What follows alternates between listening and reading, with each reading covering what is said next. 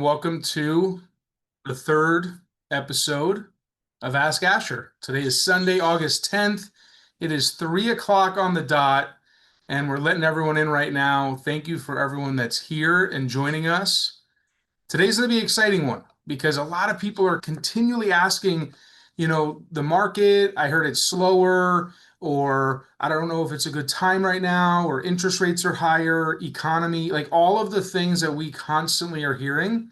But there's people winning out there, and there's people winning that are sellers, there's people winning that are buyers. And today is all about investors. And I know that our next month's Ask Asher is going to be about renters because no one really gives renters a chance to do much and have a voice. So we're going to give them a voice next month. But today is about investors. And as people are coming on, we wanted to showcase like what are the different types of investors that are even out there, right? Like there's many different types, there's many different types of properties. So we're going to go into that because those are some of the questions that were asked. And we do have a case study today. So if it is your first time joining an Ask Asher, I appreciate you being on either the live stream on Facebook or on the Zoom that you've pre-registered. So we're going to get right to it. But before we start, does anyone have any questions that we want to add to today's list? Because the 30 minutes goes pretty quickly. All right, final answer. Okay, so let's get straight to it then. Again, welcome.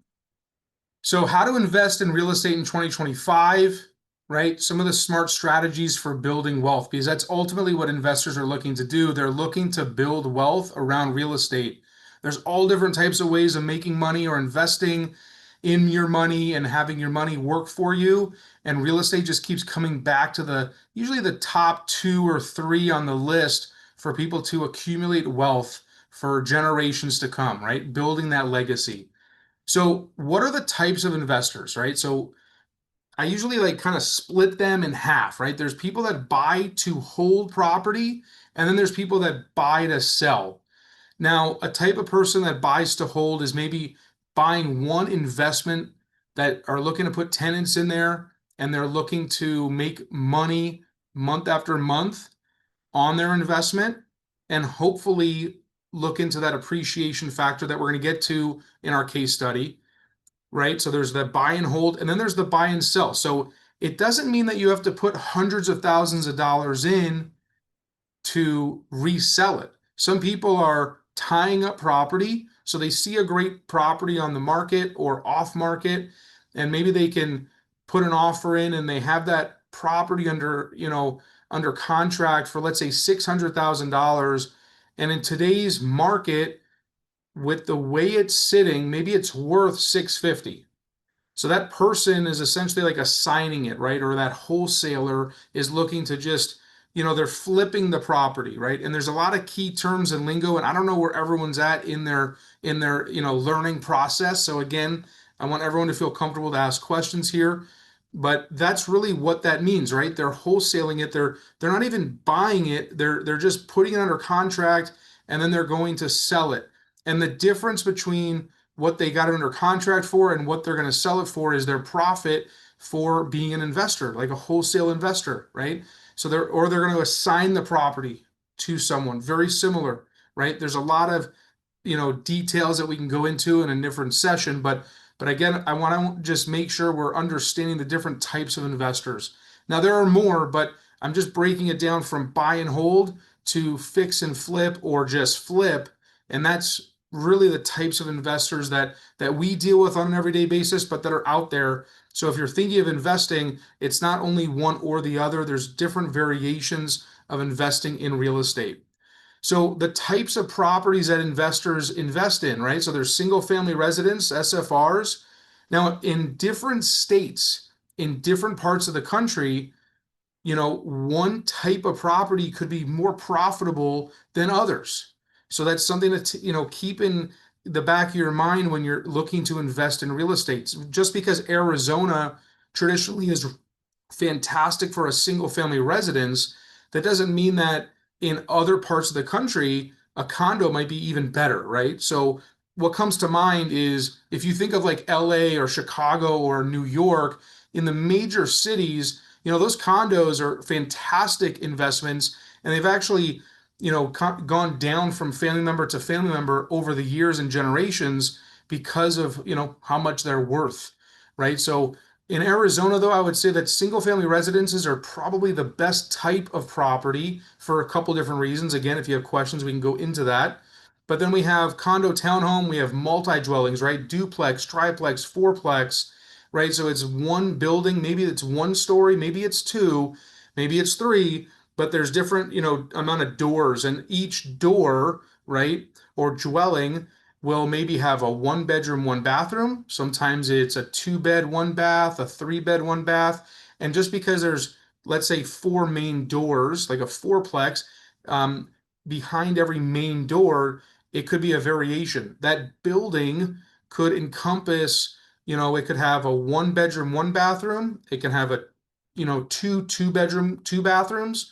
It can have another three bed, two bath, right? They're all different parts of the valley. So if you have questions on that, please ask. And then there's land, right? So you can develop on land, right? There's different types of development on land. There's agriculture, there's all types of things, but we primarily deal with, properties that people are going to be buying land and either putting a condo or townhome, multi-dwellings, or single-family residences. Now, things to factor when, getting into investing are, is there an HOA? So most of the condos and townhomes, you're going to have an HOA, right? What utilities are covered by the HOA versus the tenant that you're putting in, right?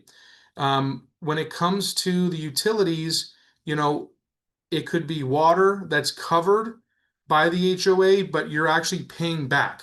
So it's not really covered with that HOA payment. It just means that they're going to be billing you directly, like if you were to go through, let's say, a major city for water, trash, sewer, things of that nature. So you really want to read, in the details of what's actually being covered by that HOA payment and what's not, and then what you're going to be covering for that tenant or what the tenant's covering. Okay. Management, if you're going to bring on a management company, they vary in how their fee structures are, but I highly recommend having a property manager, especially if you're not in state.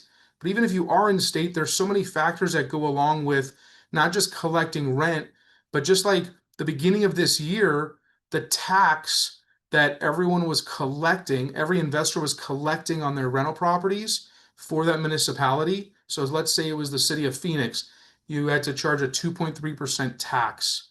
And if you weren't charging it, you would take that from the rental amount you're getting and pay that each month, right? So that went away starting January of this year.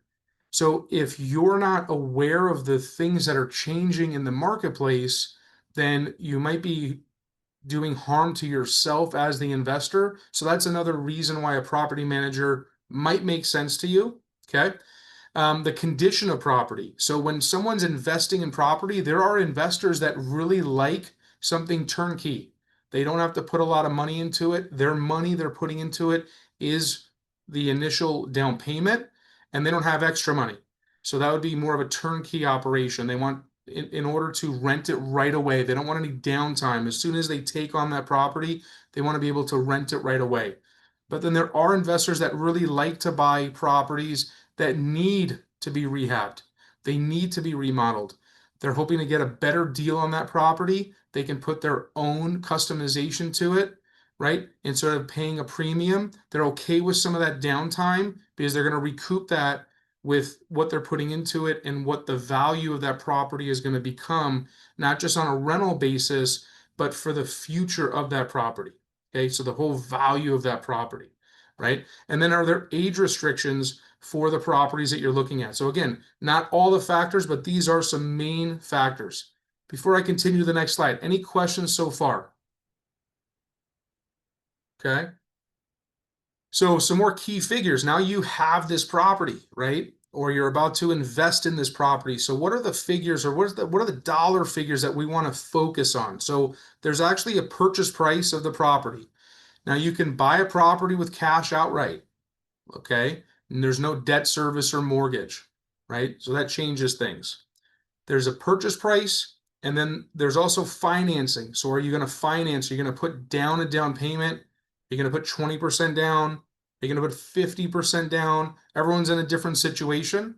So we got to figure that out. And your down payment is a really important factor because that changes what your expenses are each month, right? When you're financing, what that debt service is going to look like.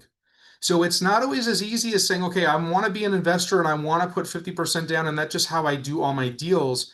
We really have to break down each deal specific to the property and the expenses that come with it and the potential upside of what that monthly rent is going to be. So when we're looking at that monthly rent based on the other homes like that property that are renting in that area, what are they going for? And I like to be super conservative with the numbers because right now I would say rental rates in Arizona, they're pretty soft. The rental market's soft. There's a lot to choose from in there. I'm seeing that people are offering like a half month, off rent for the first month or things of that nature, right? So we have to be very cognizant of, we can always aim and shoot for the stars and the moon, but we really want to make sure that we're investing the right way. So again, expenses that go along, right, that we want to factor in: HOA, taxes, insurance, repairs, maybe putting a little bit aside for repairs, right? And again, that what you put aside might determine or be determined by how old the major systems are in that property or how old the property is.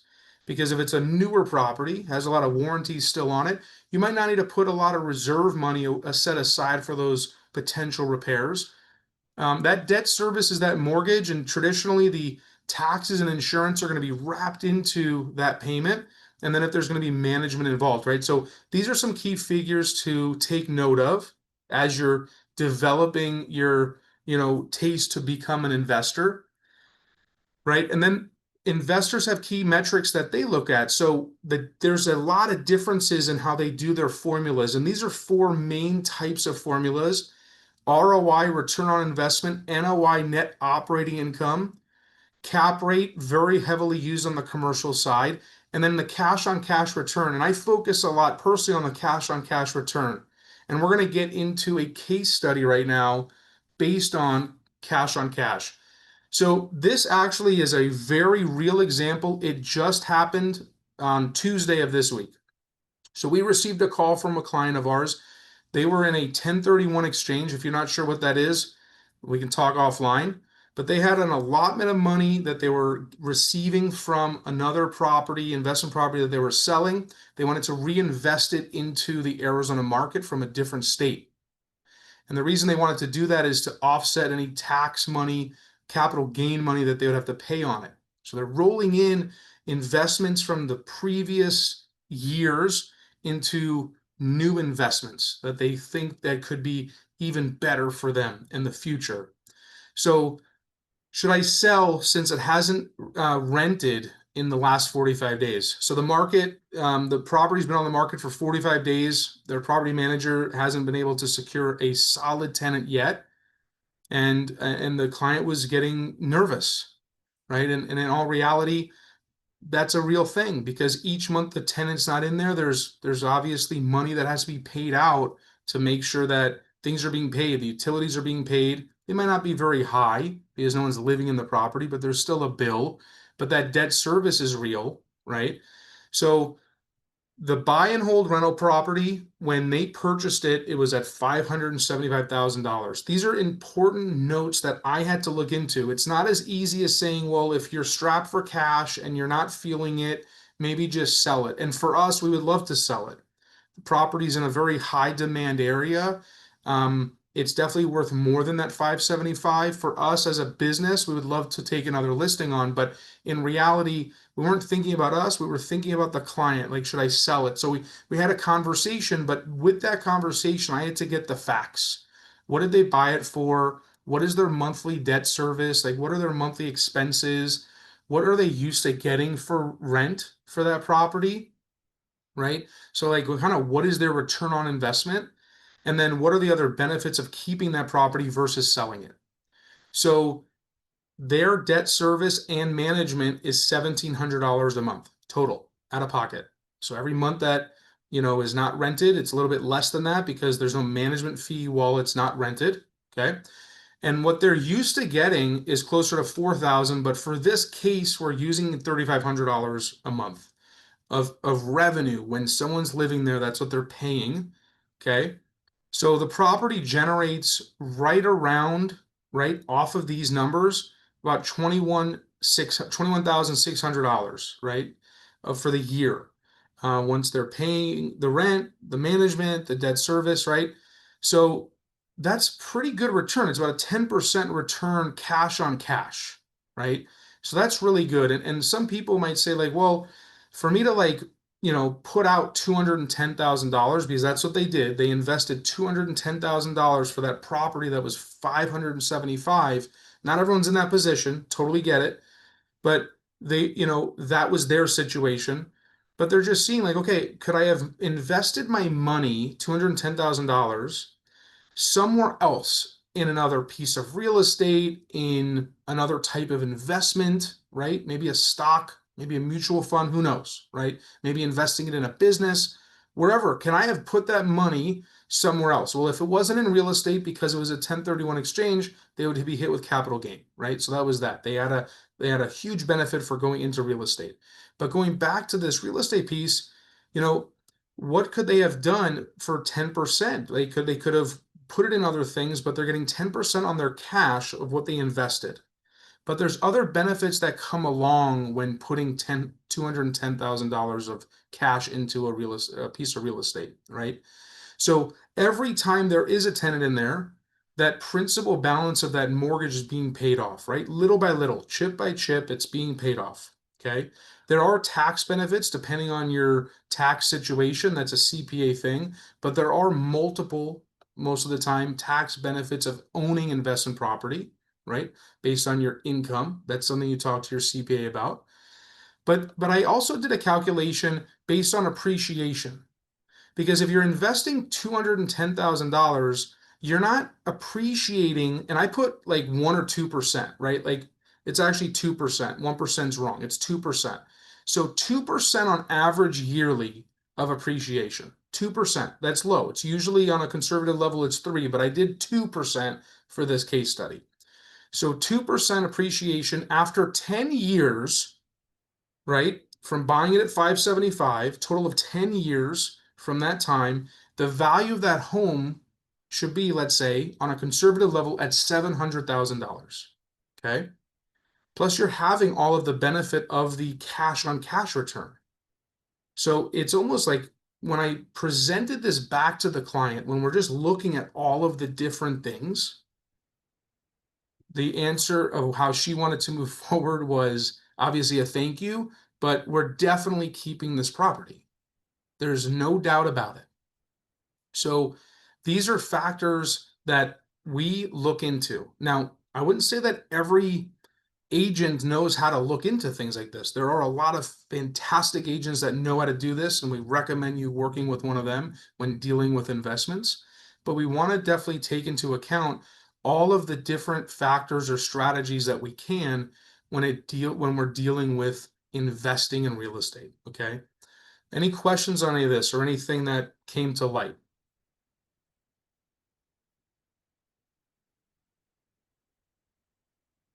Not yet. Okay. And if there's anything on Facebook, just let me know, Caitlin, if you can. I don't see anything yet. I'm watching. But Perfect. yeah. Thank you. Uh-huh. So was there anything that is confusing? I don't know if Mark or June or Mel, if you're able to say anything, or you can type things into the chat if you want. But if not, we're going to keep rolling. But these are the ways that we should be looking at investing in real estate, or at least just be aware of these things. So other questions that we were asked for the next 10 minutes. Should I buy a fixer-upper or something turnkey? And we kind of talked about that a little bit at the beginning. I mean, it really depends on your risk tolerance, right? Some people prefer, like, let's say you're very handy and you have some extra time and you know how to make things look beautiful. I would probably show you properties that, you know, might need some work, right? And we would look for properties that have maybe been on the market a little bit, and we're seeing that the pricing is dropping and it's in a good location, and look at those properties and really also understand the market of the homes in that same pocket. If they were redone, what did they sell for? So that way we know how to buy it right, right? You know how to strategize with you right up front on how you can buy that home. And you being, let's say, handy, you would have an idea of how much it would cost you to get it to that level. And then we can look at the difference. Would you like to buy one that's already done? Or would you like to at this price? Or would you like to buy one and fix it up and knowing that there might be a good spread right then and there, right? Is there's definitely strategies of buying it, redoing it, and then you can refinance and pull cash out of that property to now buy another investment property by doing that type of work. Okay. This one's a big one, right? Like, which areas in Arizona are smart to invest in right now, right? And this is a very common question that we're asked because everyone wants to know, like, what's the like up and coming area? So we look at that through job growth, economy, and we also look at that through areas that are being redeveloped. Because if there's a lot of money being put into a specific area, and when I say a lot of money, maybe the entire area is being redone. An example here is off of Tatum and Cactus, the old PV Mall. That comes to mind all the time right now in the last couple years because there is a lot of attention, there's a lot of money being put into that redevelopment.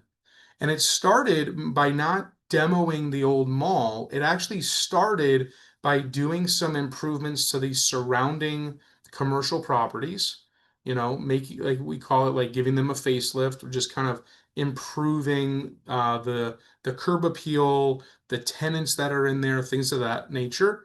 And then they started really going after that PV mall and really building it out, but not only building it out to make it look good, but the tenants that are going in there, the businesses that are going in there are high caliber, right? When you see Whole Foods going in and you see another Trevor's location, you know, when you see certain, businesses going in that are thriving, we feel pretty confident that the homes around that area are going to see a good appreciation because it's now becoming another hotspot. An example of that was years ago in the Kierland Commons and Scottsdale Quarter area, right? Always a high demand area. Everyone always loved it. It was fantastic. But when those shops started opening up and that lifestyle changed in that area, the homes around it saw the benefit. So that would be one factor. The other factor is, let's say, where jobs are coming, right? So the chip plant, North Phoenix area along the 17, you know, when the announcement came that billions of dollars are going to be invested and, foundation was laid and that building started going up, home builders saw that. They're looking for these things. It's bringing jobs. Those jobs, people need to work, they need to live, and they don't want to travel too far. They would prefer to be somewhere around there. So a lot of builders started building, and a lot of the homes in those areas that usually were still in demand, but now they became even more in demand, and that appreciation factor continued to go up, and it still is because now that commercial is now coming into that as well. Because with all these new homes, where are they going to shop? Where are they going to get gas? Where are they going to eat? We have, that's how it works. And it's a fantastic thing. And then what's the difference between cash flow and ROI, right? So all of these, right? We talked about NOI, cash flow, cap rate, right?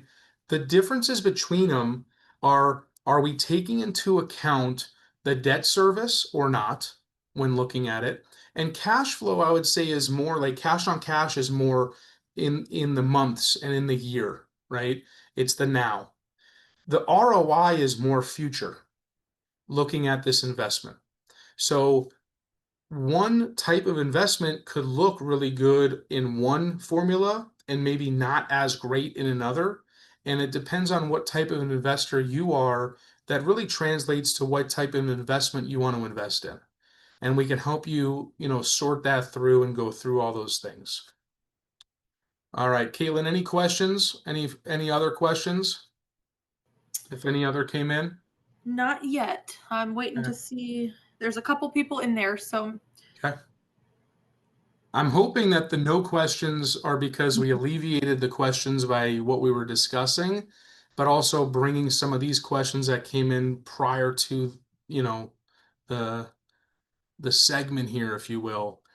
But these are all the different factors that we're looking at. And again, we tried to figure out how do we take about 30 minutes of time and help people understand how they can invest in real estate, but also like what does it even look like and how do we do it, right? It's not just us saying that looks good and that looks bad, but it's understanding your goal, and it's understanding what you're comfortable with as well, right? Because someone might say like I have this really big ambition and these really big goals, but they might not have all the liquid funds to do that. So how do we set them up, right? So when we're helping someone that wants to, let's say, grow a portfolio of rental properties, we like to let them know like, hey, are you looking for a mixed bag of homes? Are you looking for different types of investments where there's higher return, but maybe not in like certain areas that you might want to live in, and you're just looking for the return? Or are you looking to maybe retire in one of these properties? And we got to understand that going into it, because that will help us narrow down what all the choices are for that.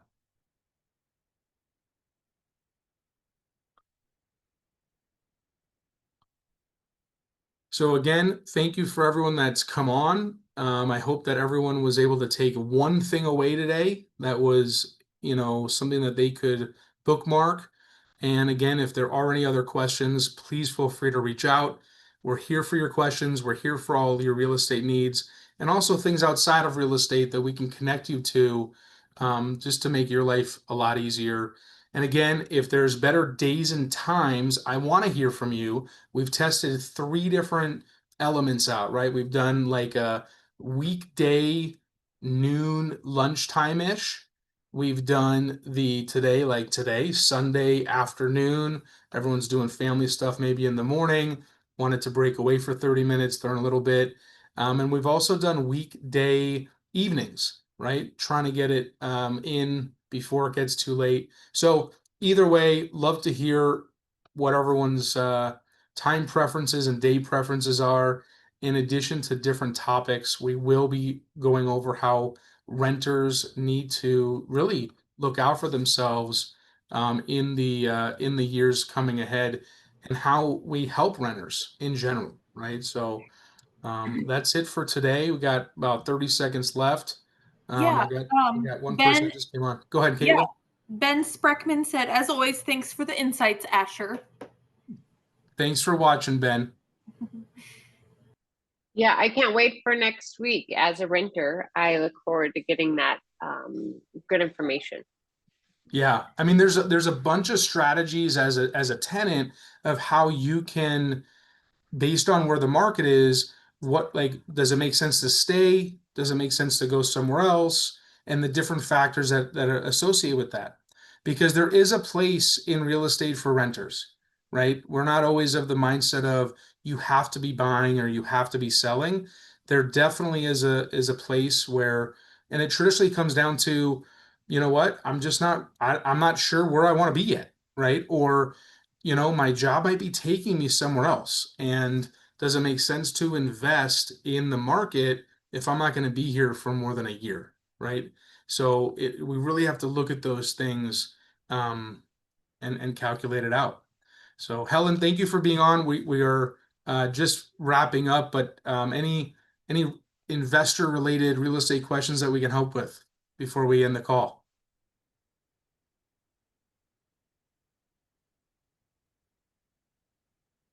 Okay. Well, you know how to contact me. Everyone, have a great rest of your Sunday. Let's make it a great week ahead. Talk to you soon.